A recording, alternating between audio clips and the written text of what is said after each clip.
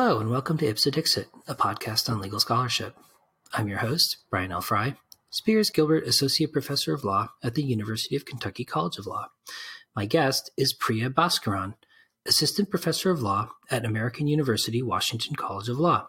We will discuss her draft article, Flint, Appalachia, and the Green New Deal, Water Justice in America's Forgotten Places. So welcome to the show, Priya. Thank you so much, Brian. I'm thrilled to be here. Yeah, great. And I'm so glad to have you on, especially because this paper touches on issues that are very relevant to the school where I teach, University of Kentucky, because of course, we're at least adjacent to Appalachia as well. Priya, I wonder if for listeners who might not be so familiar with rural and geographic justice related issues, you could start by talking a little bit about what you mean by a geographically disadvantaged space and why you think that's a useful concept for thinking about inequality. Sure.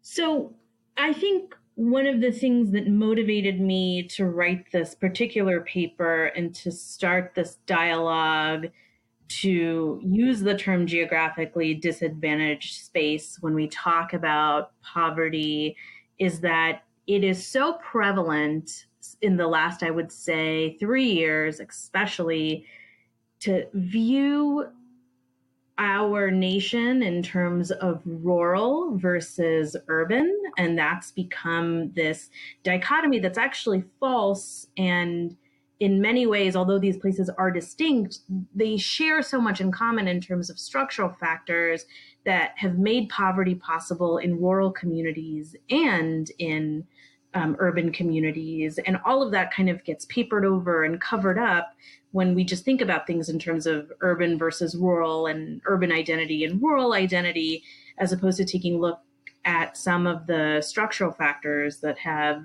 enabled poverty in these places. And once you start really examining them, you realize how similar the process of becoming poor, of becoming disenfranchised is so similar.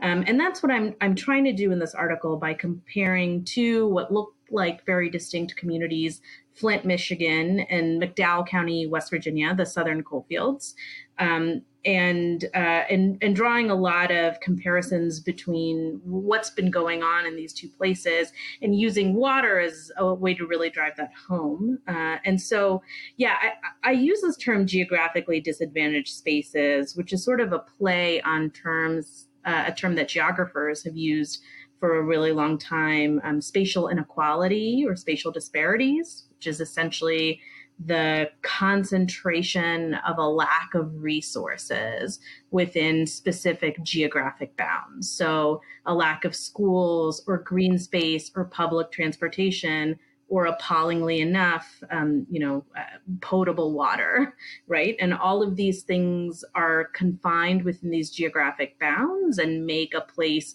difficult to live in and are often what contributes to a place being trapped in poverty. Well, so a significant part of your paper consists of a really fascinating and frankly quite distressing history of both Flint, Michigan and McDowell, West Virginia. I wonder if for listeners who might not be familiar with those places or deeply familiar with those places, especially their kind of history and how they became what they are today, you could kind of talk a little bit about both of them and sort of how the history and kind of historical policy making surrounding those places sort of drove them in the direction that resulted in the circumstances that exist today. Yeah, I'm happy to do that. So when most people think about Flint, they think about the 2014 water crisis, which of course is where a disastrous decision to change the water source made by a state-appointed emergency financial manager essentially created a poisoning situation where tons and tons of of the population were exposed to lead and were also exposed to a variety of bacteria that cause Legionnaire's disease. And this has had long lasting impacts. And of course, once you are exposed to lead, the neurological damage, especially for children, of whom there were many who were exposed, was completely devastating. And this legacy of this exposure did not just start in 2014. Really, if you go back to the 1930s through the 1960s, you see Flint beginning its financial decline, which is really troubling because at its height, Flint was known as Vehicle City. It was the birthplace of General Motors.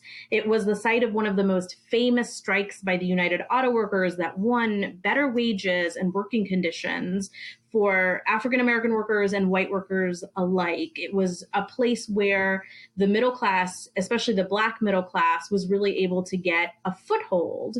And of course, it was one of the sites of the arsenal of America, right, during World War II.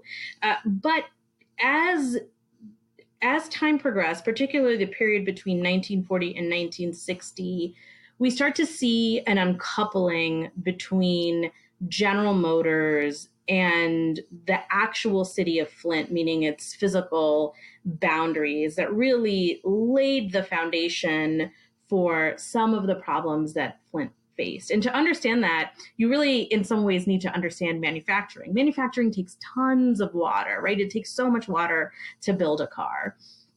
And so when Flint was really establishing itself as a city, it had to supply water not only to its residents, but for this vast network of industrial manufacturers that were within the city's limits, that were really a huge part of the city. And so we get to this place where Flint's water system, its industrial users, so GM and other supportive manufacturers, use 54% of the water in Flint, but only pay 37% of the water bill.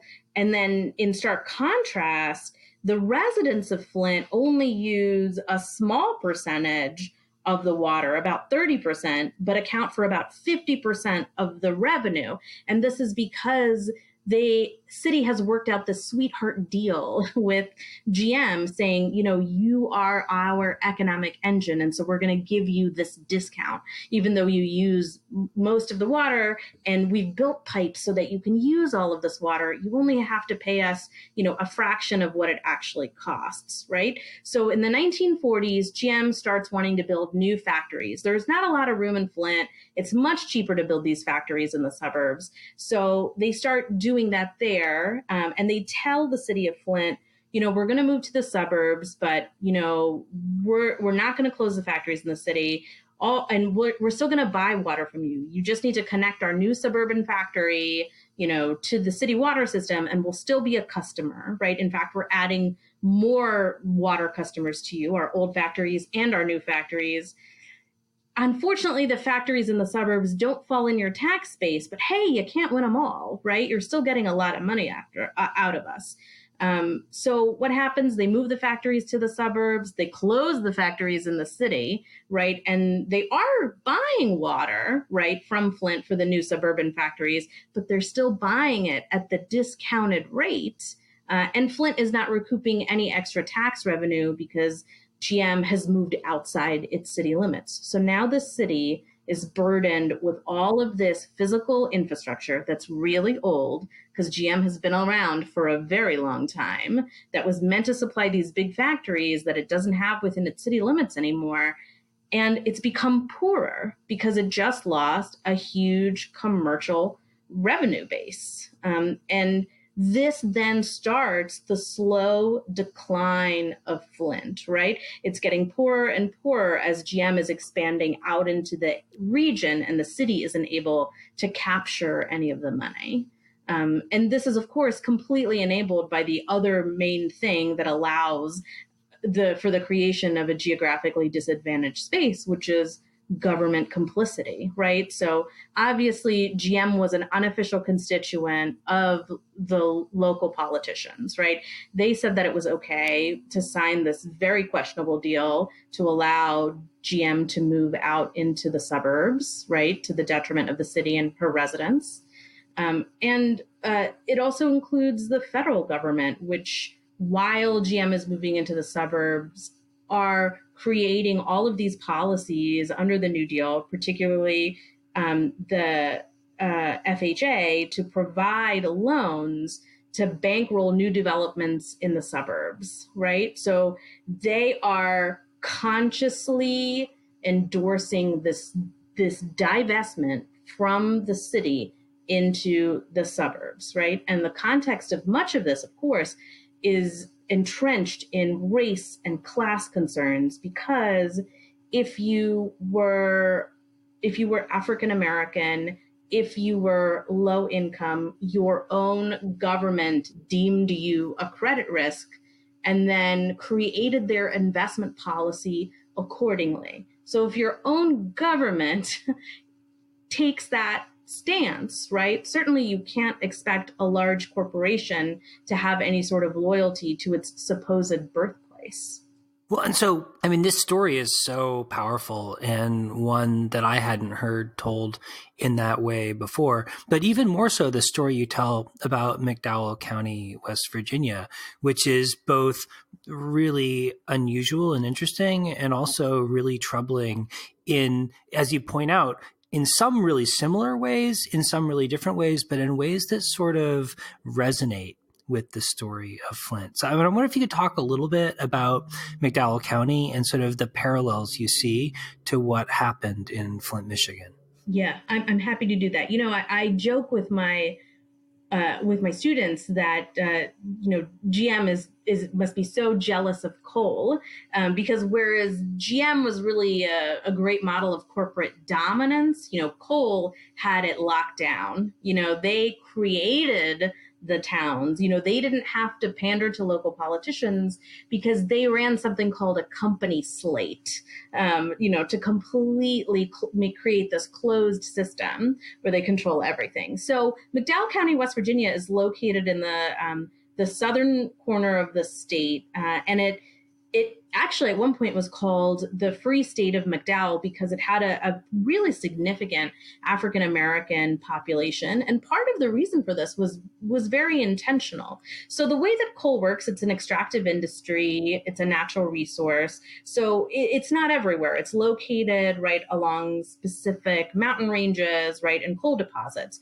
So coal companies would identify where these deposits are, then construct the actual mine entrances, right? Make sure that the rail lines were built out there so they could take the coal all the way out into like steel mills and other manufacturing sites. And then they would construct the towns so that they could get some workers to mine all this great coal. And then they would go out and find workers to populate these towns, right? And in doing so, a lot of these companies hope to create what was called a judicious mixture of workers, right? So essentially quota systems for each ethnicity to prevent them from kind of unionizing, right, or engaging in any sort of collective pushback. So the coal company controlled everything. They controlled the store. They controlled where you lived, right? They assigned you housing. They owned the church where you prayed, right? They sometimes even paid you in company scrip, right? Your own private wage amount that was only good at the company store. And sometimes after all of the deductions were taken out for the company doctor, for your uniform, for your lunch bucket, for buying things on credit at the company store, you might actually be in debt to the coal company.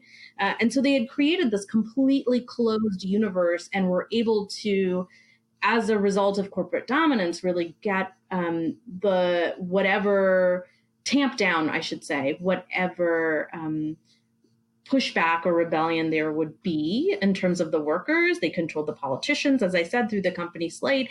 And of course, they controlled the water system because they built the community after they built the mines, and the water system was actually designed to serve the mine, and it was just sort of incidental that they eventually piped it into people's houses, right, to be able to drink this water. And so the town of Gary in McDowell County is one that I really like to use as an illustration of how much the coal companies really controlled the town and the lasting impact of that. So Gary, West Virginia, actually started as a series of coal camps that were owned by U.S. Steel. U.S. Steel, Andrew Carnegie was a huge believer in vertical integration. And so he thought a great way to cut his costs would be to buy a lot of the raw ingredients. And a main ingredient of making steel is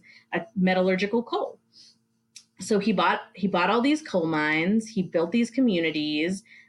They actually were overseen by a superintendent who was an appointed official of the subsidiary corporation, the U.S. Coke and Coal Company, USSC. And they ran these towns as a almost byproduct of having to run the mines. They engaged in the judicious mixture, which is why Gary always had a significant African-American population. It was the site of the first NAACP chapter in West Virginia. It has this really rich legacy within the state. They kept these towns going until it was, again, much like GM, no longer profitable. So, in 1969, the international pressures are really starting to impact the U.S. steel industry. And suddenly, for the first time since its inception, Gary is suddenly being pushed to become an independent town. And by 1971, they fully incorporated the town. It's got its first elected officials in a show of real generosity. In case you can't tell, that's my effort to be sarcastic. The U.S. Steel gives Gary a bunch of buildings, including some old school buildings, some old office buildings, and the water system and the wastewater system, and then $20,000 as a holdover, right, as sort of a severance pay, or honestly, a divorce settlement to hold the town over until they can start generating tax revenues, which they've never had to do before because it was essentially a company town. It was an asset owned by U.S. Steel, right? It was Truman from the Truman Show. So one of the concerns that people were raising in the newspapers, the residents of these towns, was, this is great. I guess you're leaving us here. How long are these mines going to be open? And U.S. Steel was very evasive about it. So what happens by 1986? All of the mines have closed in the area, right? So suddenly you have this town in the middle of nowhere, right, that had a one industry town because it was designed intentionally to be a one industry town, with all of this crumbling infrastructure because the company only put in enough money to keep things running, right? And suddenly they're on their own. And then to add insult to injury, when the mines close, U.S. Steel takes with them, of course, all of the white collar workers who are doing important things like being the engineers who maintain the water system, right? So this town was literally abandoned, right, by its former corporate master, right, which was its entire reason for existing. And to this day, both Flint and Gary are facing a number of drinking water issues, right? Flint, we know the lead crisis, but in Gary, they've been under continuous boil water advisories, right? Which is where there's so much bacteria in your water that you cannot potentially drink it when it comes out of the tap. You have to boil it in order to get rid of whatever potential infectious things might be living in your water. Now, boil water advisories, I should say, or sometimes I don't want anyone to panic. They happen if a pipe bursts. They tell you to boil your water as a just a precaution, right? But if you are under a boil water advisory for several months, which has been the case in Gary, that means that your water is never safe. It is not a temporary pipe issue that might have brought in contaminants. It is never safe. So you have to keep doing this, right?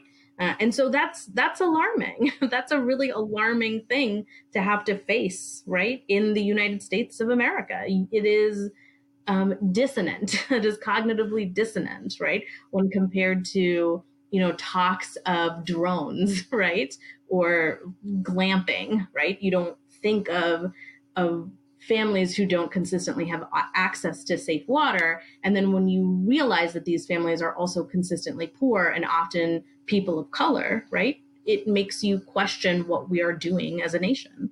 Well, so in your paper, you use water and sewage systems as a lens for sort of outlining or identifying and thinking about geographically disadvantaged spaces.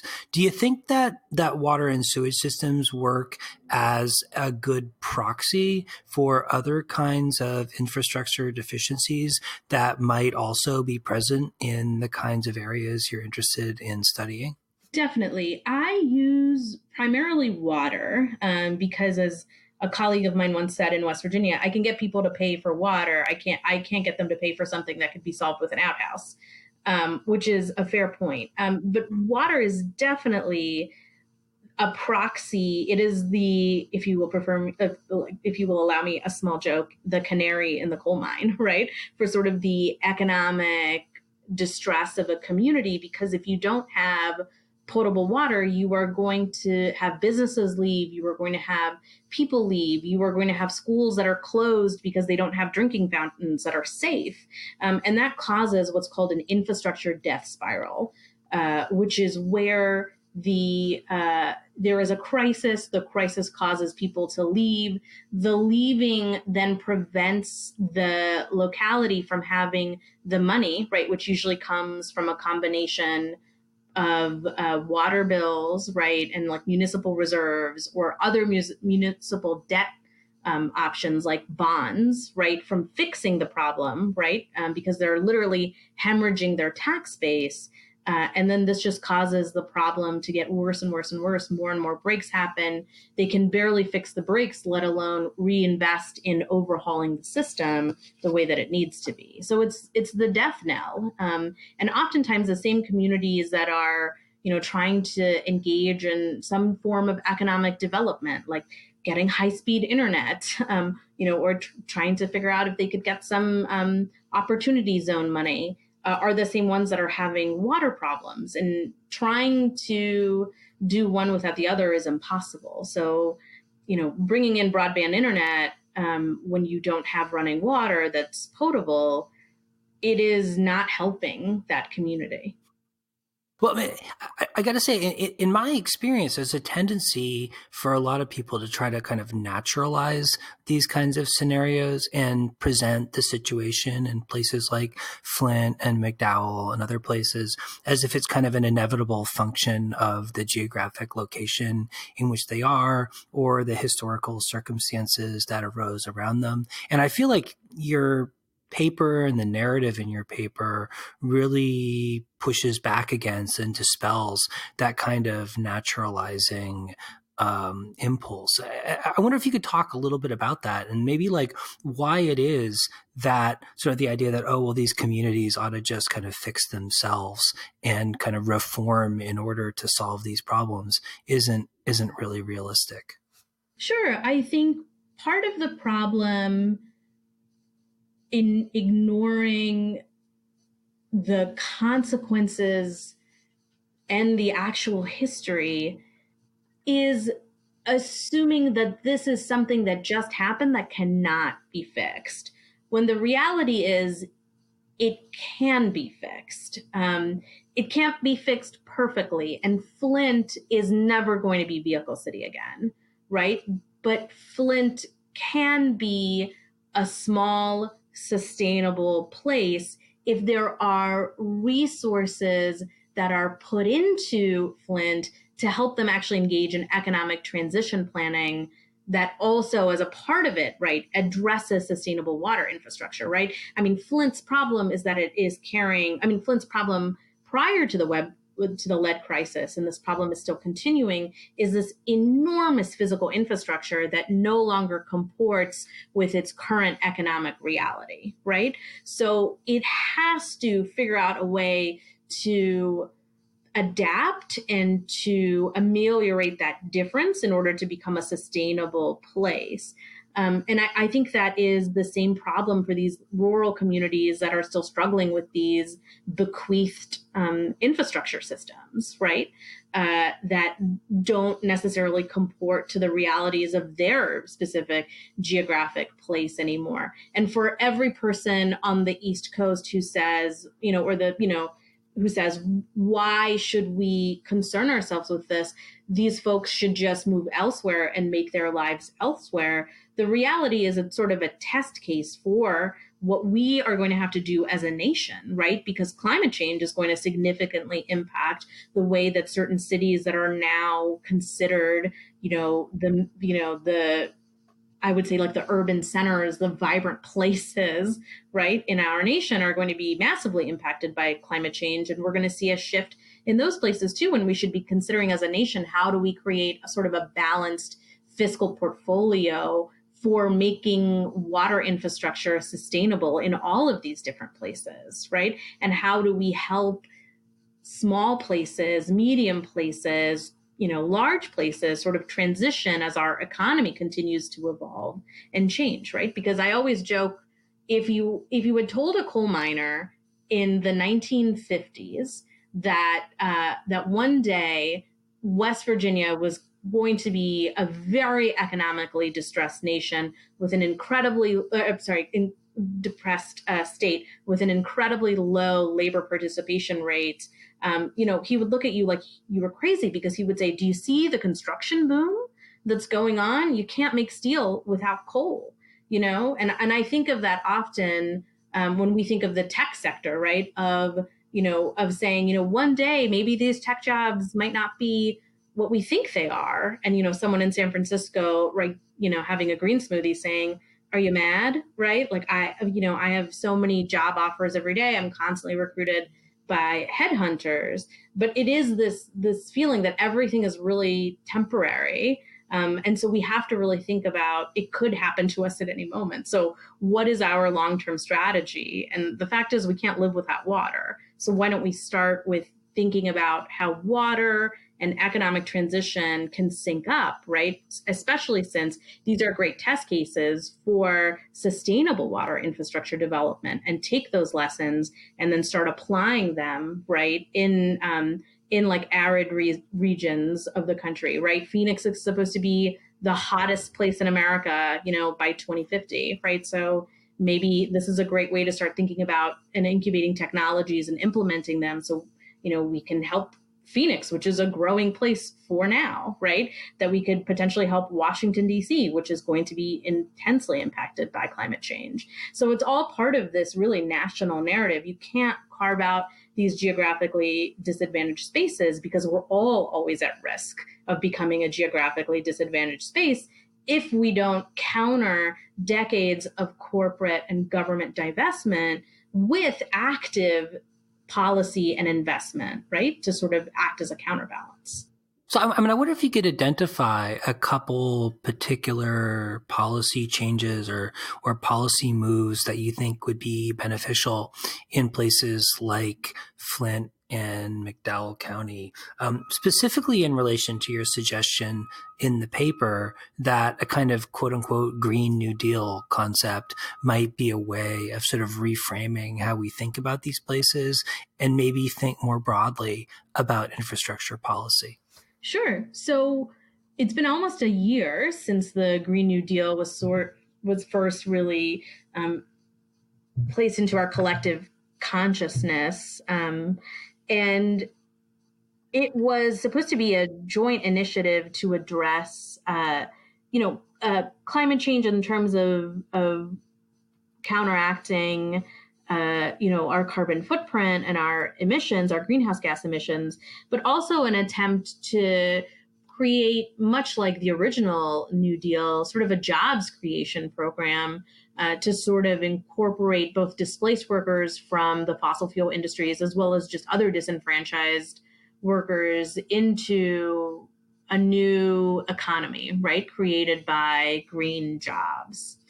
So, at various points, the Green New Deal has also included little pots of funding for improving infrastructure, right? Sort of much like the New Deal's, Public Works Administration efforts to build bridges. So that's always kind of been in the mix.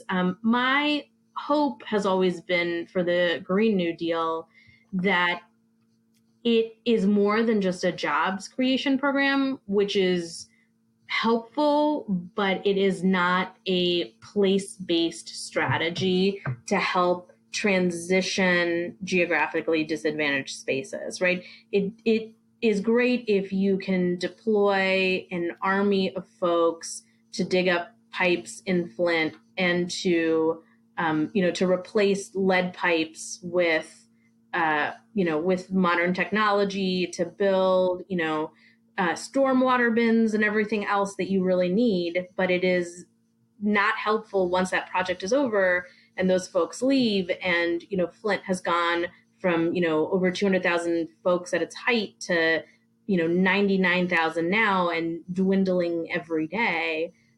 How is that municipality going to pay to upkeep these new, amazing, beautiful water systems, right? So the Green New Deal has to include some form of economic transition for these places that are otherwise going to get new infrastructure that they can't maintain, and they're going to continue getting trapped in this cycle of poverty. And so I don't think anyone has directly addressed that yet, although they're on the grassroots level, particularly in Appalachia, have been a lot of organizations looking critically at how do we build sustainable local economies? And their hope is certainly to connect that to larger federal policy initiatives like the Green New Deal. And that's actually, in some ways, one of the beautiful things that could connect a place like Flint, where there are water activists, and places like Southern West Virginia, where there are a lot of water rights activists, right? To sort of trade resources, right? Trade what's been effective, where have the roadblocks been, even trading stories of how poor places often fail to meet the guidelines for getting the existing funding sources from the federal government for fixing these types of problems, right? And instead, it takes something like Essex County, New Jersey, bailing out Newark, right, in order for Newark's lead crisis to get the funding it needs to start making changes, right? So I think that that's sort of the larger policy narrative that we really need to investigate. This idea that's been around forever, right? That we need to stand together collectively in order to ameliorate these problems, and that we're all always just a few steps away from true disaster. Well, so Priya, in closing, in your paper, you observe that racism, for lack of a better way of putting it, exacerbated or maybe even directly caused many of the problems that are currently confronting places like Flint and McDowell County, West Virginia.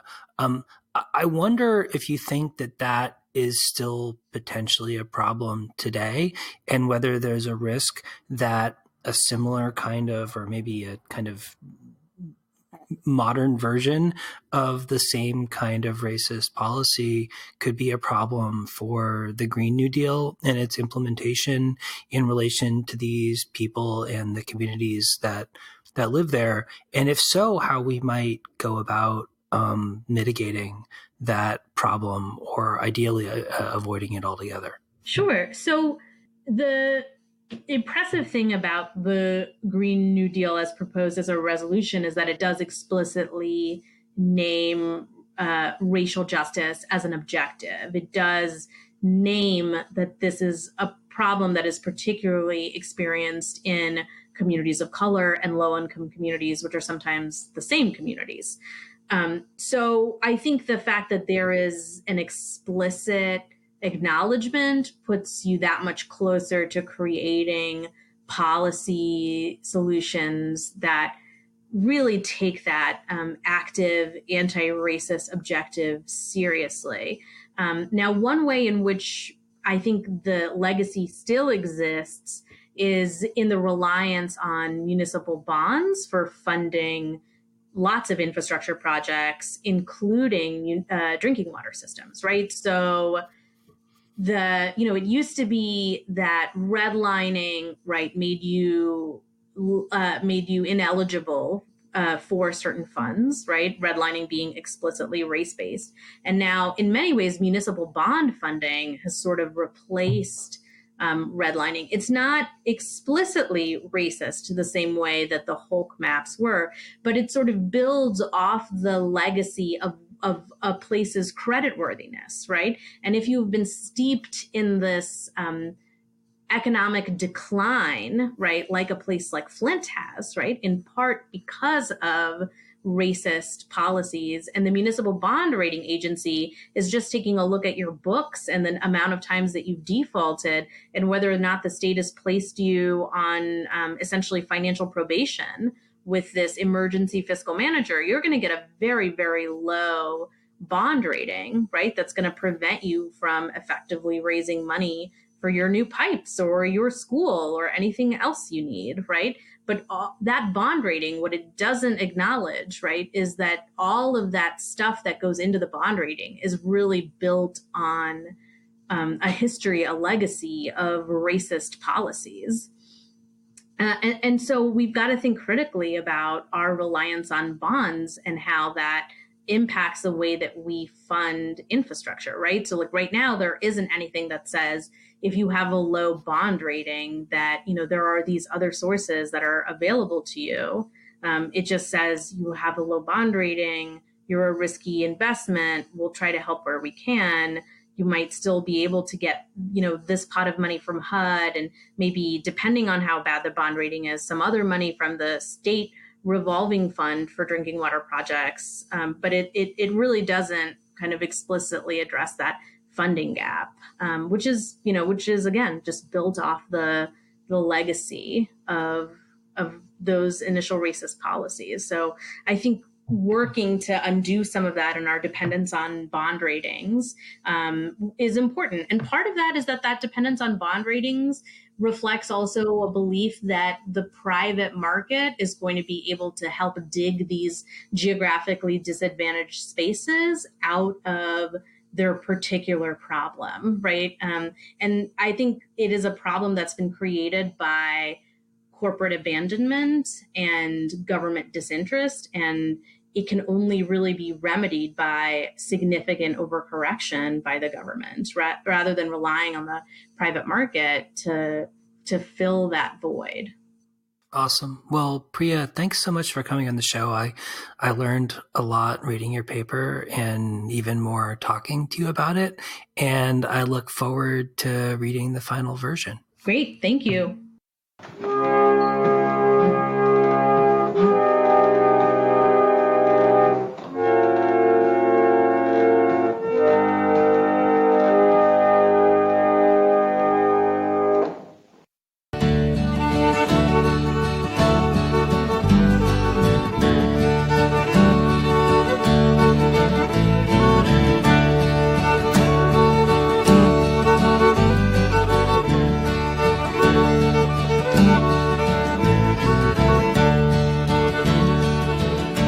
When I was a child, my family would travel down to western Kentucky, where my parents were born. And there's a backwards old town that's often remembered so many times that my memories are worn. And Daddy, won't you take me back to Muhlenberg County, down by the Green River, where paradise lay? Well, I'm sorry, my son, but you're too late in asking. Mr. Peabody's coal train is hauled it away. Well, sometimes we travel right down the Green River, to the abandoned old prison down by Adrie Hill, where the air smelled like snakes and we'd shoot with our pistols, but empty pop bottles was all we would kill. And Daddy, won't you take me back to Muhlenberg County, down by the Green River where paradise lay? Well, I'm sorry, my son, but you're too late in asking. Mr. Peabody's coal train is hauled it away.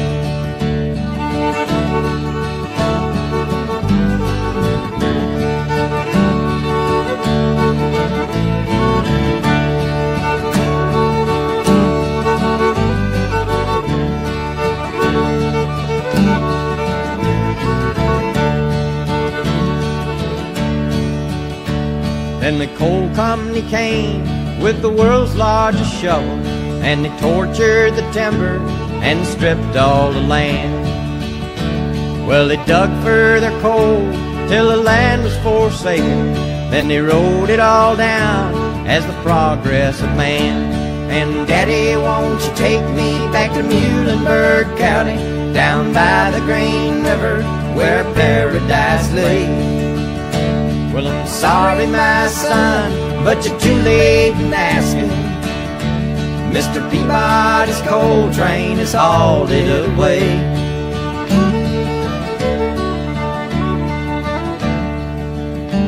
When I die, let my ashes float down the Green River, let my soul roll on up to the Rochester Dam. I'll be halfway to heaven with paradise waiting, just 5 miles away from wherever I am. And Daddy, won't you take me back to Muhlenberg County, down by the Green River where paradise lays? Well, I'm sorry, my son, but you're too late in asking. Mr. Peabody's coal train has hauled it away.